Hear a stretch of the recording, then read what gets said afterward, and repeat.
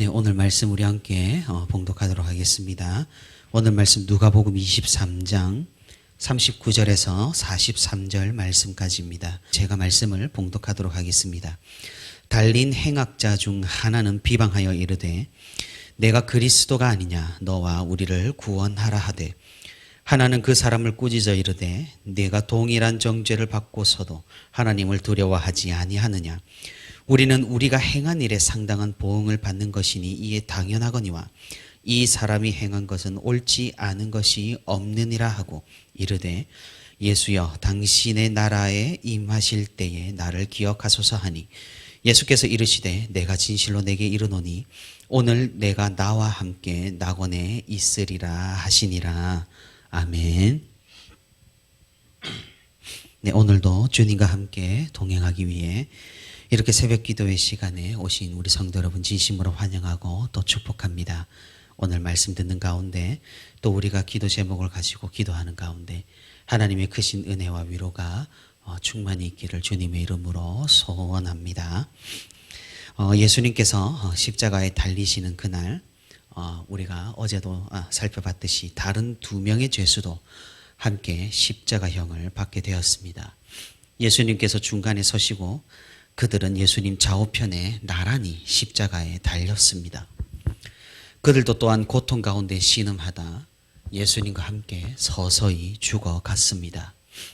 그들은 한날 한시 함께 십자가형을 받았지만 예수님에 대한 반응이 천차만별이었습니다. 한 명은 예수님을 조롱하는 무리와 함께 벌거벗겨진 채 아무것도 하지 않으시고 십자가에서 죽어가는 예수님을 멸시하고 비웃었습니다. 하지만 다른 한 명은 예수님의 진실된 모습을 깨달았습니다. 그가 생각하기에도 예수님께서는 십자가에 달리실 아무런 이유가 없었기 때문입니다. 이 무시무시한 사건의 영적 실체를 깨달은 죄수는 이 무죄하고 거룩한 왕이 자신을 위해 죽어가고 있다는 것을 깨달았던 것입니다.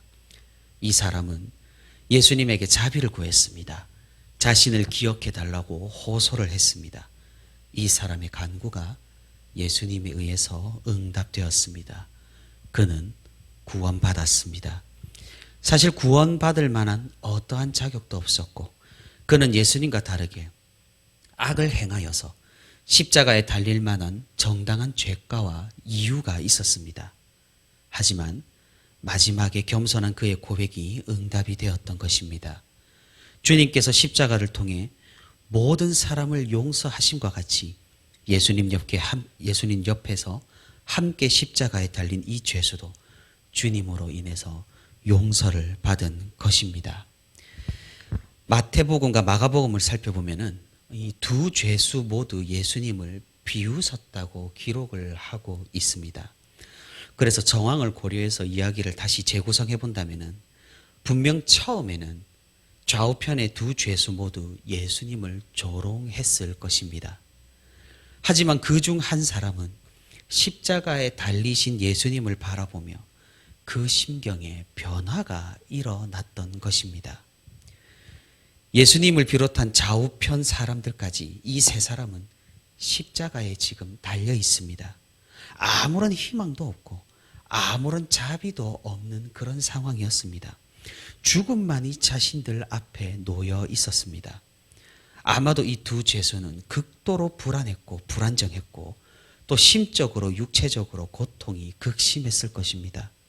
이런 극한의 상황에서 한 명은 끝까지 진리를 거부하는 완악함을 보였고 다른 한 명은 주님을 의지함으로써 평안함을 얻은 것입니다.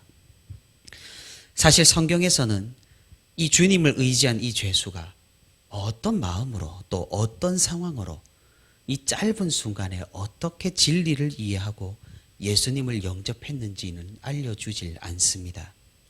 이러한 사실은 유대 지도자들이 아무런 죄가 없으신 예수님에게 죄를 억지로 뒤집어 씌우고 재판을 진행했다는 사실이 의외로 널리 알려져 있었고 많은 사람들이 예수님이 결백했다라는 사실을 알았다는 걸 보여주는 것입니다. 아마 이 두 죄수 모두 예수님이 결백했다라는 사실을 알았을 겁니다.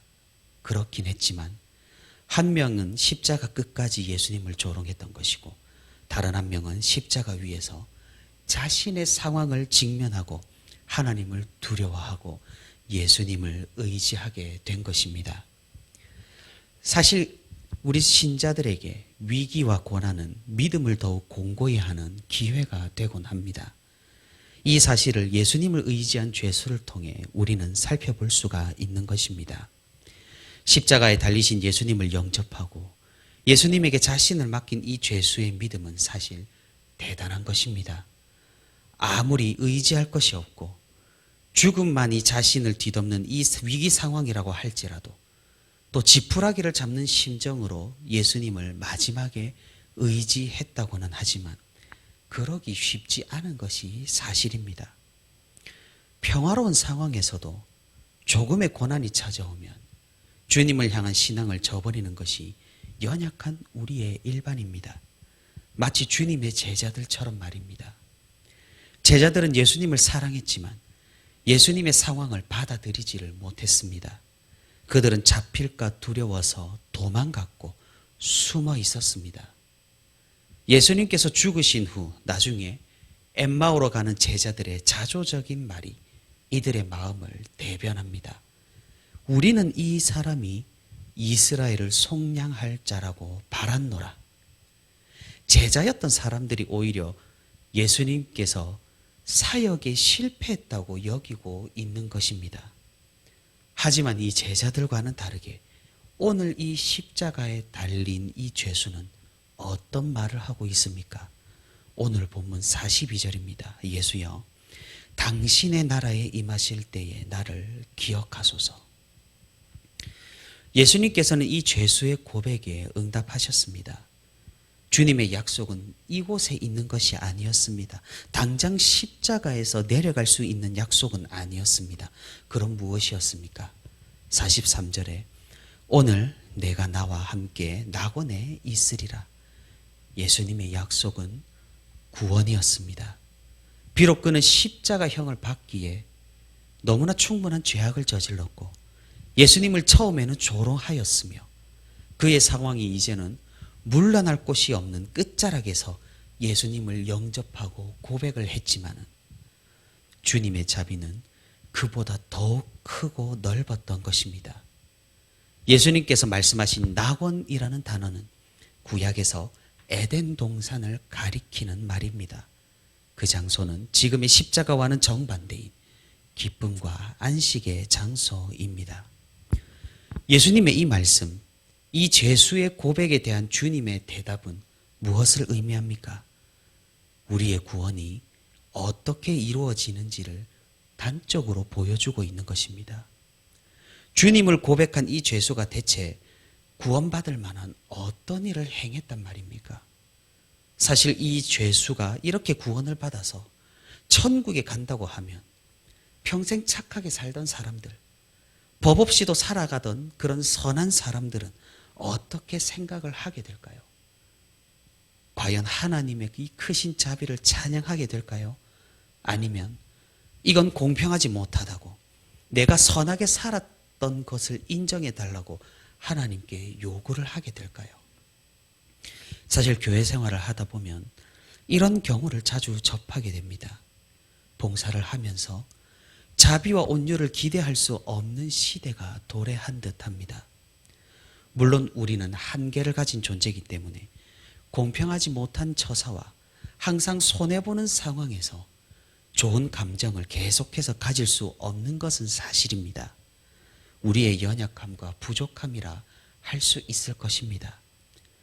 하지만 이제는 교회 안에서도 자비보다는 손해보는 것에 민감하고 온유함보다는 서로를 향한 감시가 넘쳐나고 있는 것은 아닌지, 나도 봉사했으니 너도 봉사를 해야 한다는 어떤 이상한 평등함을 외치면서 안타깝게 말하면 주님의 모습을 잃어가는 우리의 모습들이 있지는 않은지 생각을 해보아야 한다는 것입니다.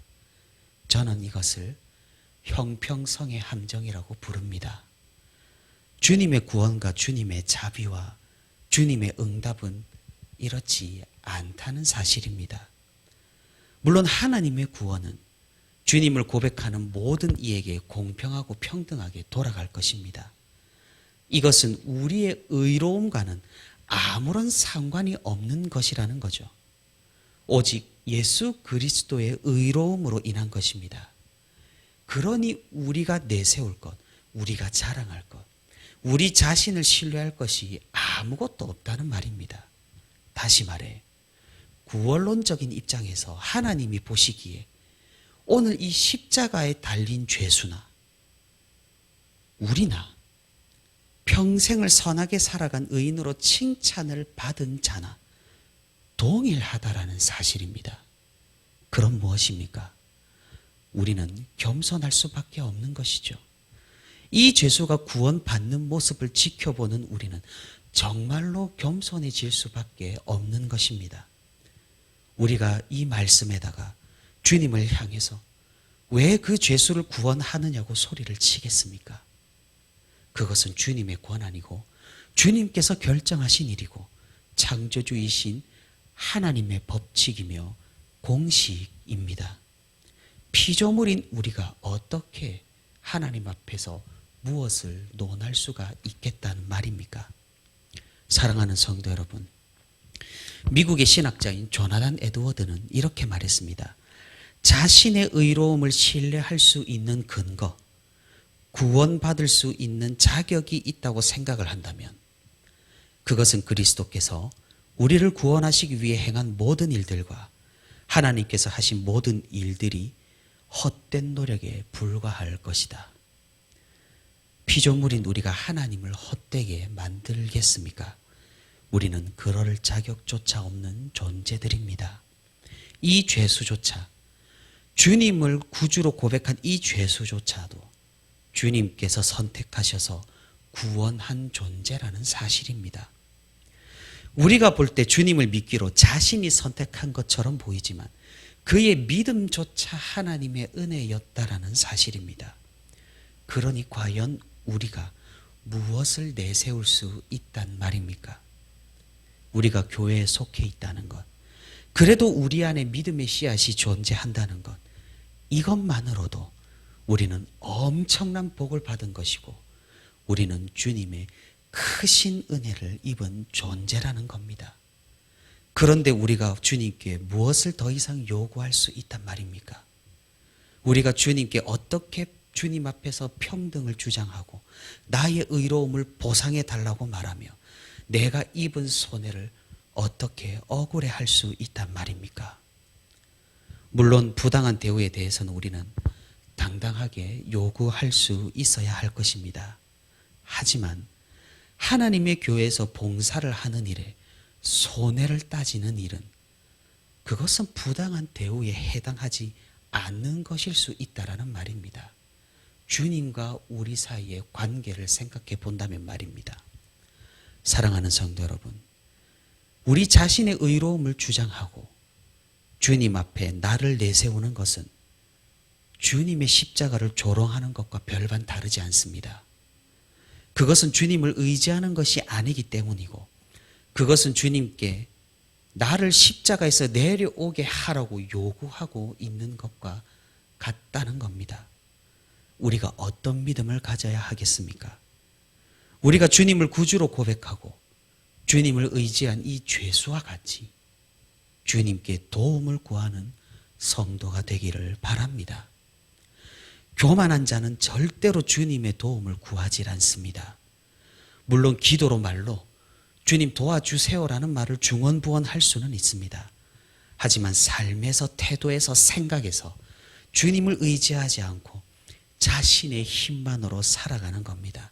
자신의 의로움에 취해서 신앙생활을 하고 자신의 손해에 대해서 민감하게 반응하는 겁니다. 우리가 계속해서 이렇게 살아간다면 과연 어느 누가 구원을 장담할 수 있단 말입니까? 주님께서 하신 일, 주님께서 감당하신 순종, 하나님께서 창세전부터 계획하시고 실행하신 일들, 그것이 온전히 우리의 역사가 되기를 바랍니다. 그것들을 온전히 우리 안으로 받아들이는 우리 모두가 되기를 바랍니다. 그러기 위해서는 우리는 겸손해야 하고 우리를 내려놓아야 하고 우리가 십자가를 져야 합니다. 우리와 십자가에 달려야만 했던 이 죄수를 동일시 여기면서 주님의 십자가 앞에 무릎 꿇고 회개할 수 있을 때 우리의 구원은 시작됩니다. 구원은 절대로 따놓은 당상이 아니고 끊어놓은 천국행 티켓이 아닙니다. 구원이란 확신과 두렵고 떨리는 마음으로 이루려는 마음 가운데에서 아슬아슬하게 타고 넘는 줄다리기와 같습니다. 우리의 믿음이 우리의 삶을 바꿔놓지 못하고 있다면 그것은 정말 문제가 있는 겁니다. 주님 대신 우리가 나를 내세운다면 그것은 문제가 있는 겁니다. 오직 주님만을 의지하고 주님만을 고백하고 주님 앞에만 엎드리는 우리가 되기를 바랍니다. 주님 앞에서 나를 기억해 달라고 오늘도 주님을 간절히 붙드는 우리 모두가 되기를 바랍니다. 그렇게 한다면 하나님께서는 놀라운 확신과 기쁨으로 우리와 함께 해주실 것입니다. 오늘도 비참한 우리 자신을 깨닫고 주님의 십자가만을 의지하여 하나님 앞으로 나아가 놀라운 구원의 기쁨과 확신을 누리는 저와 우리 부천시민교회 모든 성도가 되기를 주님의 이름으로 소망합니다.